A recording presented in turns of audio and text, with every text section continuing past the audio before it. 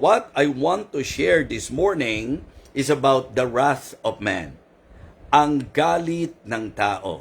James chapter 1 ang ating pong magiging talata. James chapter 1, beginning verse number 19. Wherefore, my beloved brethren, let every man be swift to hear, slow to speak, slow to wrath. Verse number 20. For the wrath of man worketh not the righteousness of God. Wherefore lay apart all filthiness and superfluity of naughtiness, and receive with meekness the engrafted word, which is able to save your souls. Be ye doers of the word, and not hearers only, deceiving your own selves. Let us go to the Lord in prayer. Dakilang Diyos, aming Ama, maraming salamat po sa magandang umagang ito na pinagkaloob mo sa amin. Thank you po sa lakas. Salamat po sa iyong patuloy na pag-iingat. And this morning, Lord, as we come to you, as we listen to your word, may you again bless our hearts, O God. Thank you po sa mga avid listener, viewers ng Believer's Breakfast. May you continue to bless them, higit sa lahat, spiritually, sa pamagitan po ng mga mensahe na amin pong tinatalakay. Hiling ko po, dakilang Diyos, na ikaw rin po ang magbibigay pansin para sa amin pong spiritual na kalakasan at kalaguan. Sa iyo ko po ipinagkakatiwala ang patuloy na paggabay at ang pagbibigay ng karunungan, lalo na po sa iyong lingkod, sapagkat ito po ang aking kinikilala na aking pong kailangan. Kaya umaasa po ako, Panginoon, na iyo pong bibigyan pansin kaming muli ngayong umaga at sasamahan hanggang sa aming pagtatapos. Ito po ang aming panalangin sa pangalan po ng aming Panginoong Jesus. Amen. Amen. Okay, so siguro po magandang maging introduction po natin ay ang na-observe po natin sa paligid. Kasi nga po ang topic natin is about the wrath of man. At exactly ang sabi po dito ni James, for the wrath of man worketh not the righteousness of God. Using our observation, even sa FB lamang po, makikita natin na talagang napakarami pong mga pangyayari na dahil po sa init ng ulo, dahil po sa galit, patayan dito, suntukan dito, away dito, 'di ba, pagtatalo-talo. So talagang very true yung sinasabi po ng Bible na talagang ang galit ng tao ay hindi magdadala sa kanya sa katwiran. So, importante po ngayon na pakinggan po natin ang mensahe. Sapagkat sa atin po, normal po yan. Normal po yan. At hindi naman po natin ikukonclude na ang lahat ng galit ay masama. Sapagkat meron din pong galit na kung titingnan po natin ay allowed ng Biblia. So, pero gusto ko po, muling balikan po natin ang talata. Ang sabi po ng verse number 19, wherefore, my beloved brethren, let every man be swift to hear, slow to speak, slow to wrath. Diba? Why? For the wrath of man worketh not the righteousness of God. Hindi nyo po maaasahan na ang isang tao po na nagpupuyos sa galit ay makagagawa ng katwiran ng Diyos. Kumbaga, yan yung pagkakataon na nagdidilim ang ating pong paningin. Di po ba? Now, sa introduction po siguro, gusto ko munang bigyan pansin po natin na sa Biblia po, meron pong anger na kung tutuusin, positive. Okay? Ito po ang tinatawag nating Christ-permitted anger. Christ-permitted anger. Meron po ba nun? Meron po bang galit na pinapayagan ng Panginoon? Opo. Yan ay makikita nyo sa Ephesians chapter 4. In Ephesians chapter 4, verse number 26, ang sabi po, be ye angry, and sin not. Let not the sun go down upon your wrath. So meron pong Christ-permitted anger. Kaya ito yung tatawagin nating correct anger. So Christ-permitted anger. Kasi sabi, be ye angry. Pero correct anger, ang sabi niya, and sin not. Kasi yung galit na pag-uusapan at pag-aaralan po natin, yun daw po yung hindi gumagawa ng katwiran ng Diyos. Ito namang galit na sinasabi ko sa inyo ay galit ayon sa katuwiran ng Diyos. At ito po yung galit sa kasalanan. Ito po yung galit sa kamalian. Yun po ang gusto nating bigyang pansin. So ito po'y Christ-permitted anger kasi ang sabi po, be ye angry. Be ye angry and sin not, meaning kailangan tama po yung galit. Hindi ka nagkakasala. Hindi ka magkakasala dala ng galit. At hindi po dapat natin pong palagpasin na kung meron dapat ikagalit, magalit po tayo. Okay? That is basically the idea when the Apostle Paul said, be ye angry and sin not. Ito yung mga bagay na may dapat sabihin, may dapat ituwid, diba? May dapat kagalitan pero hindi ka nagagalit. You see? Yan po yung allowed na galit. Christ permitted anger and it is a correct anger. Kaya para malaman nyo na ito yung klase ng galit na tama, ang sabi, let not the sun go down upon your wrath. So, ang galit na pinapayagan ng Diyos ay yung tamang galit na hindi ka nagkakasala, hindi nagdadala sa iyo sa pagkakasala, at hindi ka nadadala sa tinatawag nating kalikuan. Pero ito po yung galit na kontrolado. Kasi ang sabi po, and let not the sun go down upon your wrath. Kaya yung galit mo, kung yan po'y nakakailang araw na, yung galit mo, kung yan po'y nakakailang linggo na, baka iba po yung buwan na, baka iba po yung taon na, lalo na po kung century na po yan. Kung yan po mga kapatid ay decade na, medyo matindi po yan. So, Christ-controlled anger. Ito po yung Christ-permitted anger, ito po yung correct anger, sapagkat ito po yung controlled anger. Diba, may kasabihan nga, ikaw ang matutong mag-control sa galit mo at hindi ikaw yung magpapakontrol sa galit mo. Kasi kapag ikaw ay talagang kinontrol ng galit mo, kung saan-saan ka dadalhin yan. At dito nga, sa ating pong teksto, ang sabi, for the wrath of man worketh not the righteousness of God. Ngayon, doon na po tayo. Pinakita ko sa inyo, merong positive anger, merong pong allowed anger, merong pong galit na payag ang Diyos, merong pong galit na tama, at ito po yung galit na kaya mong kontrolin. Hindi po ba? Tayo po ba'y nakaranas ng magalit? Kahit to sa anak natin, I must admit, ako po, kahit nga pastor ako, lalo na nung early years po ni Sophia, na medyo nung siya po ay nandoon sa katayuang, alam nyo, pag sinasaway po, imbis na sawayin maayos, minsan dala po ng iyong, minsan, yun dapat binabantayan po natin. Kaya mga kapatid, mga minamahal, tayo po ay maging honest sa harapan ng Panginoon ngayon. Nakaranas ka na bang magalit? Pag nagalit ka, kahit sa anak mo, kahit kanino, kamusta yung galit mo? Nakokontrol mo ba? Ang tanong, pag hindi mo kontrolado yung galit mo, saan ka dinadala ng galit mo? So the Bible is right. The Bible is true. Yan po ang ating paniniwala na laging totoo ang Biblia at laging tama ang Biblia. Okay? Kaya kasalanan. Kasalanan pagka hindi natin nakontrol ang ating galit. Kasalanan po yung pagdadalan sa atin ng hindi tamang galit. Kaya mga kapatid, mga minamahal, ngayon sandaling ito, yan po ang ating tinatalakay, the wrath of man. So una po, nabigyan nating pansin, the source of man's wrath. Diba? Yung pinanggagalingan ng galit ng tao. Tingnan niyo po ang sabi po ni Santiago sa James chapter 4. Okay? Sa James chapter 4. Maganda po yung binanggit niya rito mga kapatid na ang sabi niya, from whence come wars and fightings among you? Come they not hence even of your lust that war in your members? So mga kapatid, magandang ma-trace natin, magandang matutunan natin, saan po ba nanggagaling ang galit natin?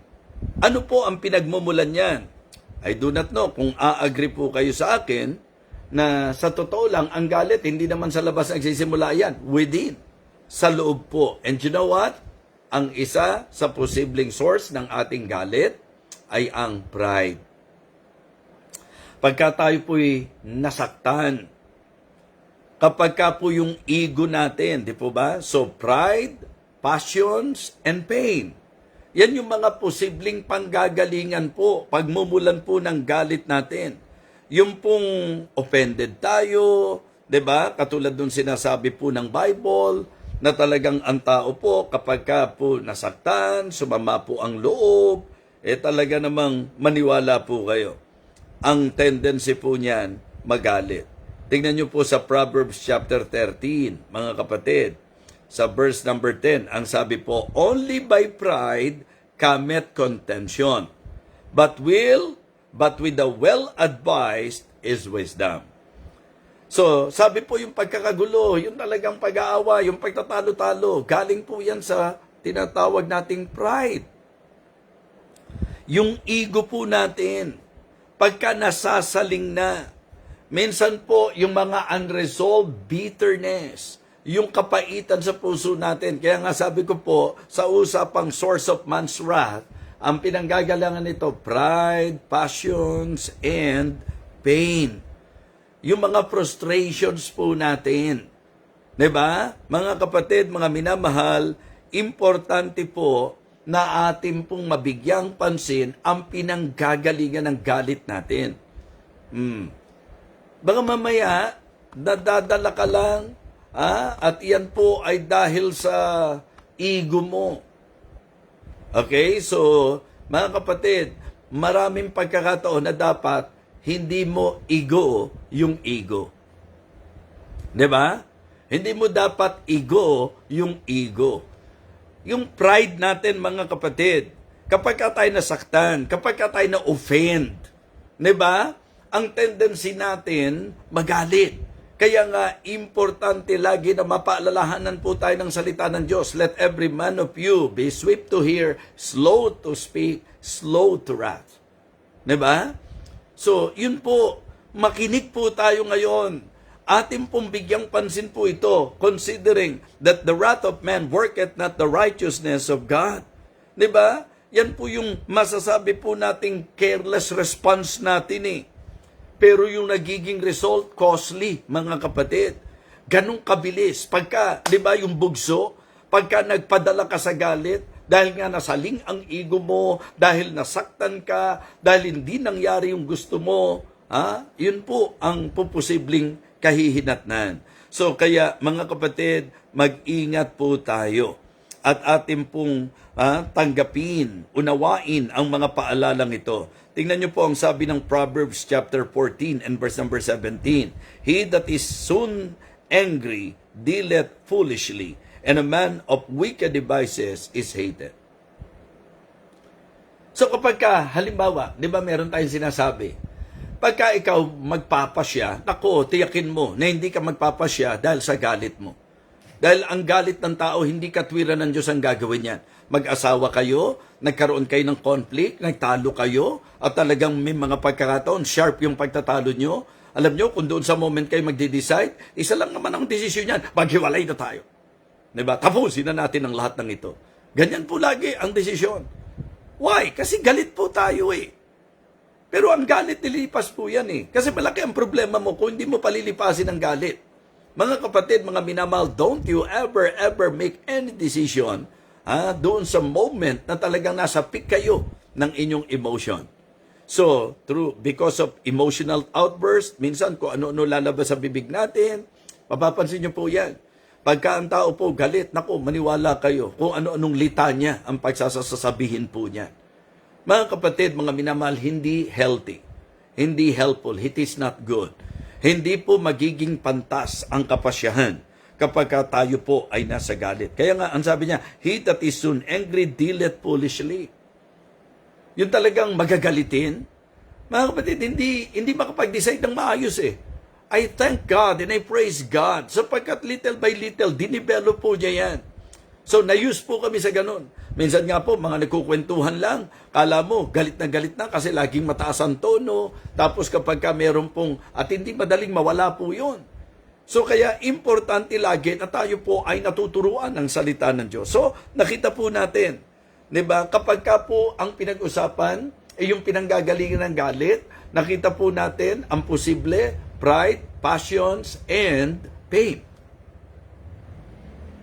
Pagka naiisip mo lagi yung sakit, pagka nasasaling ang ego mo, kapag hindi naganap yung gusto mo, diba? Hindi nangyari yung gusto mo. Yan po ang nagdadala sa iyo at ang pinagmumulan ng galit.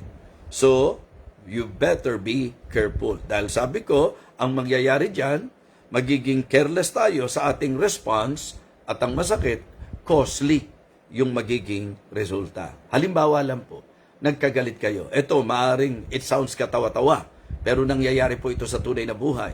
Dala ng galit mo, hindi mo makontrol yung emotion mo, susuntok ka, minsan sa kagamitan nyo, di ba? Minsan ibabato mo yung mga pinggan ninyo, di ba? So, huwag nyo sabihing exaggerated kasi iba talagang nagagawa ng galit. Yung bugso ng galit, mga kapatid, minsan nasasaktan mo sarili mo eh. Tama po?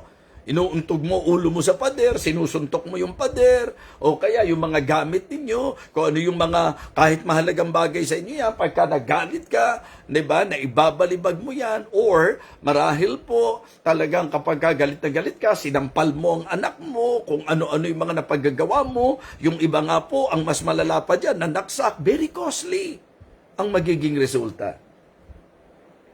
So kaya yung careless response, diba, magkakaroon ng costly result. Kaya pag-isipan nyo pong mabuti ito.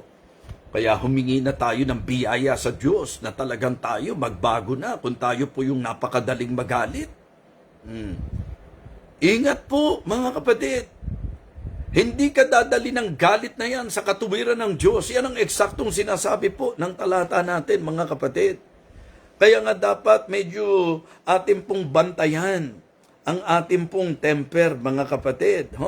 Magandang mabigyang pansin po natin ito. Tingnan niyo po ang sabi. Kadalasan po, nasa Proverbs po yan eh.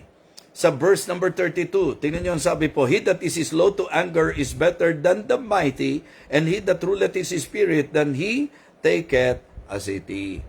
So kaya, paalala lang, baka naman marami na kayong nasirang gamit dahil sa galit, yun po'y dapat medyo atin pong titingnan, atin pong bibigyan ng pansin.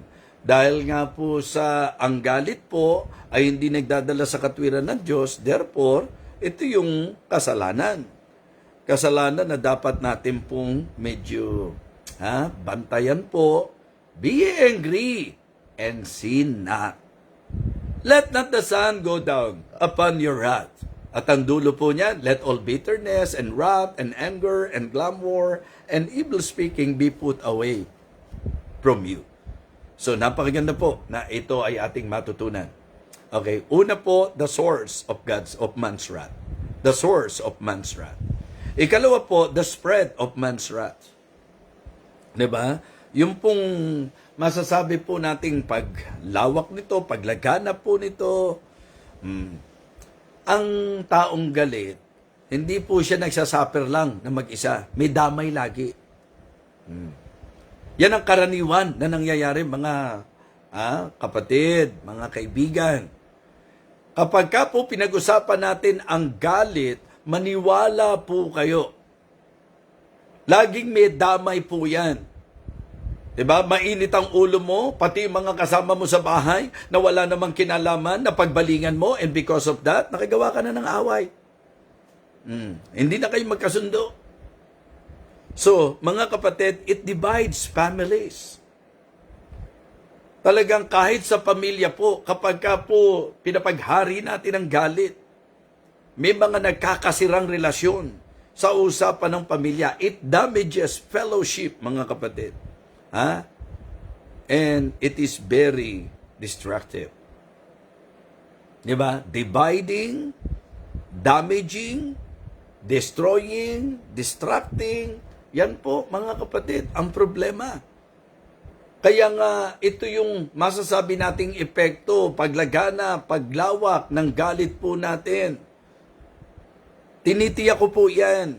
Diba? Na kapag galit ka na, ang tendency nito, pag hindi mo na control, may damay at may damay ka. Ako, dala ng galit mo, oh, kung saan mo mahawakan ng anak mo, sinaktan mo, oh, hindi mo masasabi yung magiging epekto po niyan. So kaya dapat ho, kontrolin natin ang galit. At iyan po ang ating bibigyang pansin. Please understand ho, ayoko pong makabangga ng oras ng iba doon po sa ating. So, ang atin sigurong matutunan, the solution to man's wrath. Ano po ang solusyon? Ano po ang po pwede nating ilapat na magiging solusyon sa galit ng tao? Knowing that the wrath of man worketh not the righteousness of God. Okay? Hindi po gumagawa ng katwiran ng Diyos. Hindi mo napapasaya ang Panginoon kapag ka nagpapadala ka sa galit. Kapag ka nakokontrol ka ng galit, yan po, katulad ng sinabi sa inyo, dividing, destroying, distracting, di ba? And damaging. Yan po ang talagang masasabi nating paglaganap o epekto ng galit po natin. Alam niyo po ang solusyon? Sa Biblia po kasi, sinabi po ni Apostol Pablo sa mga taga Galatia, okay? Galatians chapter 5. And I know na may idea kayo, ito po ay ang patungkol sa fruit of the Holy Spirit. Okay? Ang bunga po ng Banal na Espiritu, Galatians chapter 5, particular po tayo sa verse number 22. Tingnan niyo po ang sabi ng verse number 22. But the fruit of the Spirit is love, joy, peace, long-suffering, gentleness, goodness, faith, meekness, temperance. Against such there is no law. So makikita niyo po na ang talagang solusyon, submission to the Spirit. Diba? Self-control replaces self-expression. Ibig sabihin po, pagka po ang pinag-usapan na, yung buhay na nasa kontrol ng banal na Espiritu, yan na po ang pipigil doon sa gusto niyo pong gawin. Marami po, kung ang pag-iisip lang nakakapatay, madami ka nang napatay. Sa Biblia pa naman, isa po yan sa konseptong ipinarating po sa atin na sa New Testament, pag-isipan mo lang ng masama yung kapwa mo. Diba? Pag pinagnasaan mo, nakalunya ka na. Kapag ka po pinag-isipan mo ng masama, kahit sa isip mo lang pinapatay, mamamatay na ang dating mo. Kaisipan ng murderer na po yun eh. So you see, hindi talaga katuwiran ng Diyos. So at hindi makakatulong. Dahil damaging po ito, dividing po ito, destroying po ito, distracting po ito. Mga kapatid, ano pong kailangan? Masolve ito. At ang solution po sa galit ay ang pagpapasakop sa banal na Espiritu. Kasi kung titingnan niyo po yung sinabi ko sa Ephesians chapter 4, verse number 26, Be angry and sin not. Let not the sun go down upon your wrath. Neither give place to the devil. Let him that stole steal no more. Diba? So, tapos pagdating sa 30 po niyan, ang sabi, and grieve not the Holy Spirit of God, whereby ye are sealed unto the day of redemption. So, wag natin pighatiin ang banal na Espiritu. So, yun po, yung galit ng tao, hindi katuwiran ng Diyos ang gagawin niyan. Therefore, grieving po yan sa Holy Spirit. So, ang dapat, pasakop tayo. Tapos ito, payo lang po, payo. Pag kayo galit, tahimik muna kayo bago magsalita. Again, let every one of you be swift to hear, slow to speak, slow to wrath. So, kasi pagka nagsalita ka, pagka bumukas ang bibig mo, sa panahong galit na galit ka, alam ka namang I love you, lumabas dyan. Alam ka naman thank you, ang lalabas dyan. Pagka ang tao po galit na galit at papayagan niya na bumukas ang bibig niya at hindi niya pipigilan ang magsalita, maniwala po kayo, makapagbibitiw kayo ng maraming salita na pagka natauhan kayo, ang sasabihin nyo, bakit ko ba nasabi yun? Diba? The same thing. Pagka hindi tayo nagkaroon ng control sa galit natin, alam niyo po, pagka tayo po galit, at talagang pinabayaan natin lahat ng gagawin natin, pagkatapos yan, ang sasabihin mo, bakit ko ba nagawa yun? Bakit ko ba nasabi yun? Di po ba? Kaso kung may damage na eh. So, better to solve that problem sa pamagitan po ng submission sa Espiritu ng ating Panginoon. Ikalawa, pakinggan niyo po ito, silence before speaking.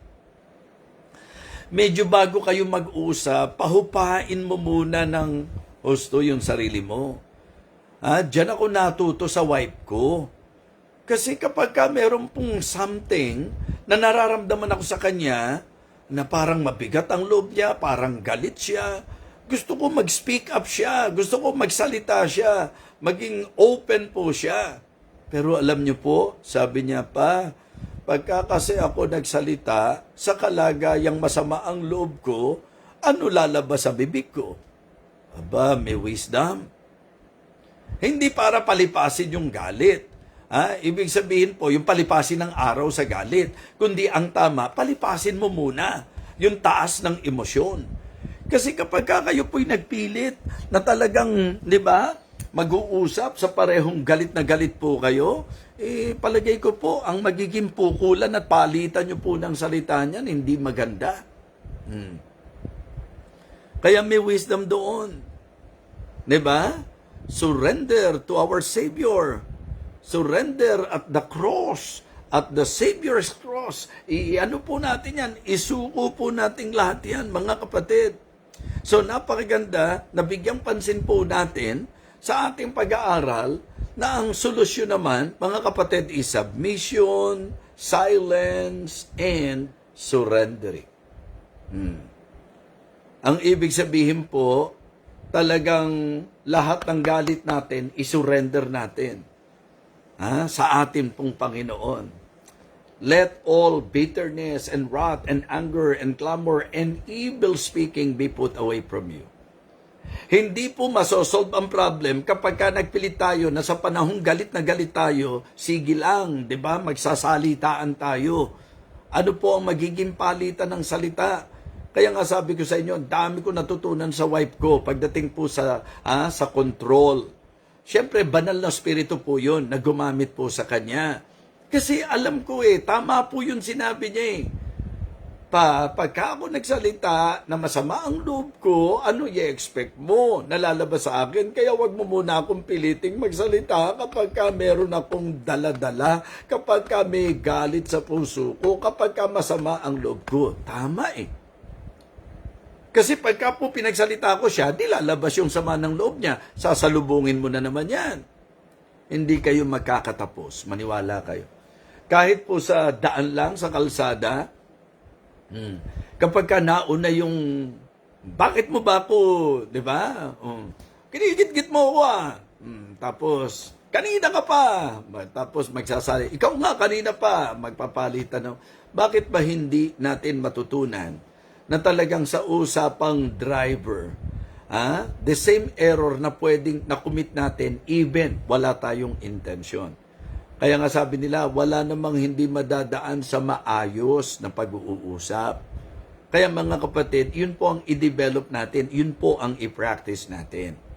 Yung pong talagang mas maganda po, makinig, pero slow to speak, slow to wrath. Ang solution is submission. Ang solution po is silence. Ang solution po is surrender. Isuko natin lahat sa Panginoon yan. Huwag tayo munang magsalita sa panahong punong-puno pa tayo ng gigil at galit, mga minamahal. Tama po ba ako? Diba? Kasi wala kang sasabing maganda pag galit ka, maniwala ka sa akin. Talagang pagkakataon na yan ng dyablo. Pagkakataon na po ng dyablo yan para mamayag pa kapag galit na galit ka na, po pwede na niyang gamiting pagkakataon yan. Mga kapatid, kapag po ang banal na spirito ang nagahari, lalayas ang galit. Sapagkat bunga po ng banal na spirito ang kaamuan at ang pagpipigil. Amen? Tatandaan niyo po na ang galit ng tao hindi po nakatutulong. Diba? Pagka pinag-usapan ng galit ng tao, hindi po gagawin yan kung ano po ang gusto ng Panginoon. Mga kapatid, mga minamahal, atin pong pahalagahan ang tinalakay natin ngayon. So, meron pong pinanggagalingan ng galit, merong magiging lawak at paglaganap ang galit, kaya ang dapat masolusyonan ang galit. let every one of you be swift to hear, slow to speak, slow to wrath. Paalala, ang sabi po, for the wrath of man worketh not the righteousness of God. Kaya ang importante na i-apply natin bilang mga Kristiyano ay ang maging tagatupad tayo ng salita ng Diyos at hindi taga-pakinig lamang na ating dinadaya ang ating pong mga sarili. Ang sabi po, wherefore lay apart all filthiness and superfluity of naughtiness, and receive with meekness the engrafted word, which is able to save your souls. But be ye doers of the word, and not hearers only, deceiving your own selves. Mga kapatid, mga minamahal, I hope and I pray na ang paalalang ito ng salita ng Diyos ay nagbigay liwanag sa atin. The source of man's wrath, the spread of man's wrath, and the solution to man's wrath. Meron pong solusyon, mga kapatid, at hindi po pwede na babaliwalain niyo ang solusyon sapagkat lalawak, malaki ang magiging epekto, magiging malaki ang damage, mga kapatid. Kaya dapat bantayan natin yung pinanggagalingan. Pride, passions, and pain. Pride, pagka yung ego natin nasalig. Passions, kapag hindi natupad ang gusto natin. Pain, di ba? Pain. Yun po yung kapag may bitterness, may tinatanim tayo sa puso natin. Naku, mabilis lang ang ginawa natin pag-aaral, pero sa totoo lang, kung ito po ay atin talagang pagbubulayang mabuti, kaya gawin nyo pong meditation ngayon to. Pagbulayan nyo po, magkaroon kayo ng reflection, self-meditation, mula po dito sa tinalakay natin. Mga kapatid, mga minamahal, let every one of you be swift to hear, slow to speak, slow to wrath. For the wrath of man worketh not the righteousness of God. Mga kapatid, bantayan po natin ang galit. Ulitin ko po, huwag pa-control sa galit, tayo po ang mag-control sa galit natin. Dahil ayon sa introduction natin, meron naman tama at positibong galit. Ano po yon? Christ permitted anger. Correct anger. Ito po yung controlled anger. Kasi kaya ako sinabing controlled anger, sabi kasi, let not the sun go down upon your wrath. So ikaw mismo ang mag-handle ng situation. Kaya maraming salamat po. Pagpalain po tayo ng Panginoon. Let us pray. Salamat po aming dakilang Ama sa pagpapala at paalala ng iyong pong banal na salita. Umaasa po ako na hindi lang kami natuto, kundi kami nasaway, Panginoon.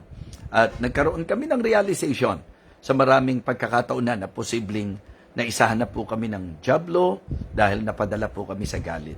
Ngayon po, makatulong nawa ito, Panginoon, para po dumating na kami sa point na dahil ikaw naman ay totoong bumabago ng buhay, mabago po kami, Panginoon. May we realize the importance of applying your word in our lives, O God. And this morning, malinaw ang turo mo sa amin na ang galit ng tao hindi gumagawa ng katwiran mo. Kaya hingin po namin ang biyaya na amin pong mabago sa pamagitan mo ang mga bagay na ito sapagkat ang gusto po namin ang katuwiran mo, ang kaluguran, ang kalwalatian mo. Kaya dakilan Diyos, nawa kami po ay naapektuhan ng mensahe at ito po'y magkaroon ng impact sa aming mga buhay. Pagpalain mo po ang aming araw at maging sa iba ang kanilang pagpapahinga. Ito po ang aming panalangin sa pangalan po ng aming Panginoong Jesus. Amen. Amen. So again, thank you so much po sa bawat isa. Nawa ay na-enjoy po ninyo ang ating naging maiksi o mabilis na pag-aaral tungkol sa galit ng tao na hindi gumagawa ng katuwiran ng Diyos.